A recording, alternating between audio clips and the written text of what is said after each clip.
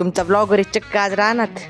तर नमस्कार भावांनो. तर 11 मेला आहे आपल्या मामाच्या पोराचं लग्न, त्यामुळे माझं आहे आपल्या घरी त्यासाठी केळवण. त्यामुळे आता आपण चाललोय केळाच्या बागेत केळाची पानं आणाय. तेवढ्यात आपल्याला आपला मित्र दिसला ओमकार. मग तो म्हणला आपलं थोडंच राशन मध्ये जरा काम आहे, चल तेवढं काम करून येऊ. आता आपण त्यावर चाललोय राशन मध्ये. आता हे सगळं जाऊन द्या, पण इथं आपली केस बघा कसं उभं राहतात, विशेष नाही. तेवढ्यात आपण राशन मध्ये आल्यानंतर ह्या ठिकाणी मँगो ज्यूस प्यायला आलो आणि इथं मँगो ज्यूस प्यायचं लांबच राहिलं. इथं माझे पोजच चाललेत नुसते. आणि तेवढ्यात आपला मँगो ज्यूस पण आला आणि मी त्याला संपून पण टाकला. आणि आता आपण चाललोय गोड नंतर तिखट खायला, म्हणजेच पाणीपुरी खायला. आता आपण आलेलो ह्या ठिकाणी पाणीपुरी खायला आणि आता माझ्या हातात पाणीपुरी आली आणि संपली पण. आता आपण इकडे गाडीवर येऊन बसलो आणि तिकडे आपला कॅश पे करतोय. तर भावांनो, या सगळ्या गोष्टींमध्ये मी विसरूनच गेलो आपण कुठे चाललो होतो. तर भावांनो, आपण चाललो होतो मित्राच्या घरी केळाची पानं आणायला. तर पहिल्यांदा आपण मित्राच्या घरी गेलो, तिथनं चाकू घेतला आणि तिथनं आपण चाललोय बागेमध्ये केळाची पानं कापायला. तर भावांनो, आता आम्ही आलोय बागेत आणि आता आम्ही तीन बाई चाललोय बागेच्या आतमध्ये. बागेच्या आतमध्ये आल्यानंतर ओमकार बाईने तर केळाच्या पानावरती अत्याचार चालू केलाय आणि इकडे प्रसाद केळाची पानं कापत होता. मग मी त्याकडे एक पान घेतलं आणि इकडे केळाच्या पानाची रील काढायला लागलो. तर भावांनो, तो मला म्हणला तुझ्यापासून केळाच्या पानाला धोका आहे, माझ्याकडे केळाची पाने मी घेऊन जातो. तर भावांनो, फर्स्ट पार्ट मध्ये एवढंच,